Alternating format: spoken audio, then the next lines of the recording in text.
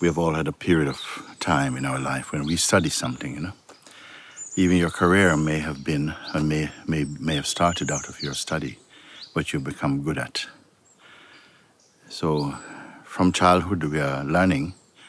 It's put before us to learn something, to eventually discover perhaps a particular subject that is appealing to you. We're always learning and studying, discovering how the world works, how certain kind of instruments or tools and, like this, to serve our ideas, our inclinations, what we feel we are attracted to. But for many of you, life has brought you here, to myself. We have come to meet. And I myself am asking you, now you've studied so many things in life. Not everything, nobody can study everything. Now I ask you to study yourself. What does it mean? Of course, it's easy if I say, study a little bit about this land or about the water flow or about this, the seasons or so on, or about some instrument. Because you take yourself to be the one who is doing the studying, and you're in some way engaged with some objective pursuit to understand something, to gain more skill, to be able to make use of your knowledge for some outcome. But you have come in search of truth. So I don't send you out, go and study the hill, study the water, study the fire anymore. Say, study yourself. What it mean? How to study yourself? Is it one self studying another self? Is it a lower self studying or learning about, observing, discovering a higher self? So how does one begin, And of course, for many of you who have been following Satsang for a time, I don't feel that this question is out of place again. To refresh your looking, how does one study oneself? What is the oneself? Body you can study. I think there's a name for that. Human biology or medicine, you can study about the body and the body's system and function. You can study about the prana, the vital breath. You can study about your blood type. But these are not the one who is observing them. And then you say you can study your character, how you observe your character, how do you, when the ancient ones have said, know thyself, what are they speaking about? What is this self to know? And who will know it? Is it something apart from the self that will know it? Is it another self to know oneself knowing another self? Is it like that? Well, if we put it to the mind and we are thinking like that, then of course it will feel, whoa, it gets confusing. Who is studying who, or what is studying what? But at all times you will have a natural sense of your own being. So let's start there. What is that? If all the people on the earth vanished, you would know that you are still here. If all the thoughts that could come in the mind came and went, it would be you who observed them. Again, if all the thoughts, all the concepts that were perceivable would arise through your being in your mind, they would be noticed by something. That which notices them, is it the same as them? Well, we can look a bit more deeply. We may say, no, it cannot be the same. The one who is witnessing them, is this one also witnessable? That seemed to create some strange warp in the mind. Like, can the one who is seeing everything else, can this one be seen? Is there a one? And you're asked to look. And you know what? Just about that time, some laziness started to come up inside. Some sort of resistance, some sort of justification of why we doing all this thing. We know who we are already and all of this stuff. So you're appointed, you can observe this also. Even the resistances that's coming up to the question is also noticeable. The one who appears to be resisting Is that really ourself? Is that really you? How close is it? How close? If I say, come close, we get very close, even centimeters close. When we touch, are we one even? Even if two things come together and they merge together, even their merging is also observed. So the point is not what you're seeing forward, but that whatever happens, it is perceived. And that which is perceiving it, where is that? Where is its location? Can it be said to be behind or in front or to the side or above or outside or inside even? So for this you must sit. And when I say sit, I simply mean be quiet with this. Can anything that you perceive, that you can say is studyable, meaning that you can observe it, its quality, its nature, its character, its weight, its size, its design, all of these things.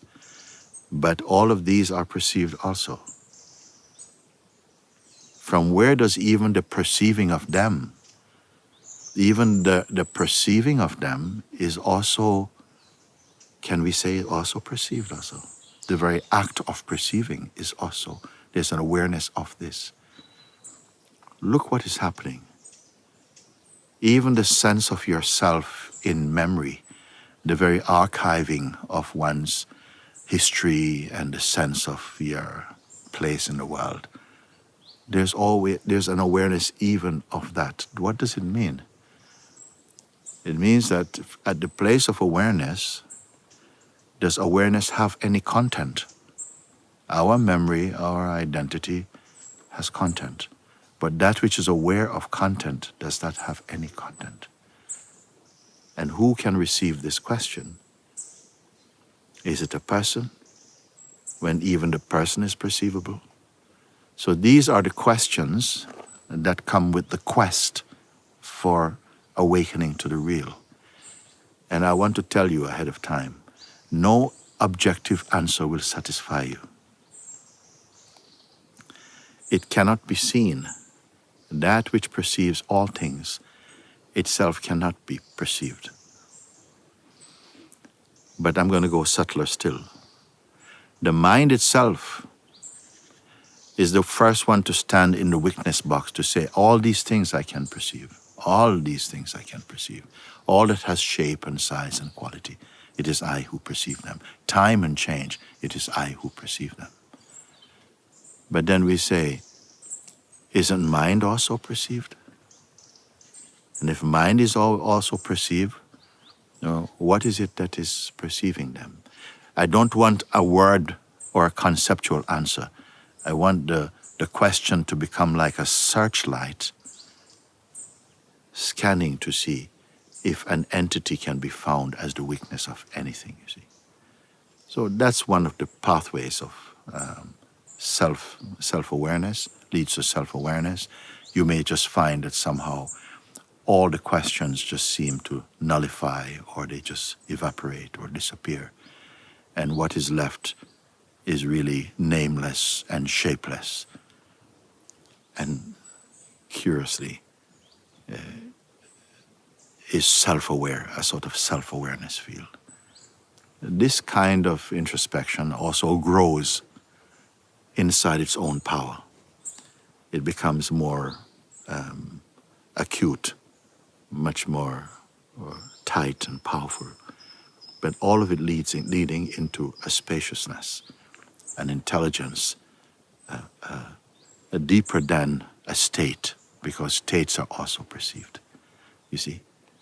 And now someone may ask, well, what's the benefit of this, you see?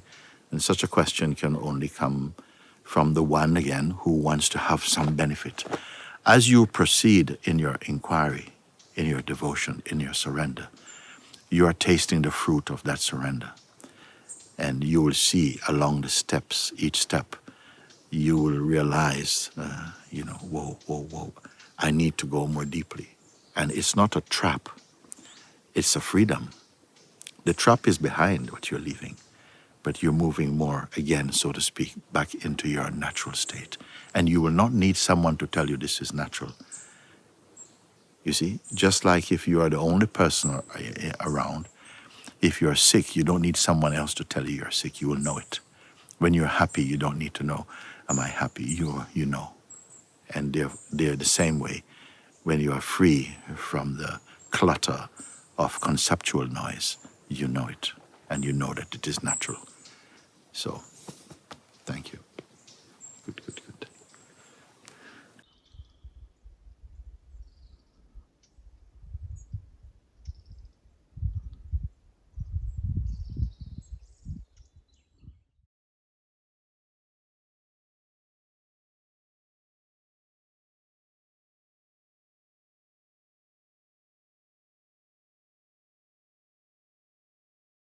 Well, let's say that all contemplations, if they are true and successful, they come back to the self. They come back to that awareness in which the conflicts that come with personhood, the doubts, the confusions, all of these, they are eradicated. And what is remain is just an awareness. An awareness is here. And in it, it feels like all things find their place, whatever that may be.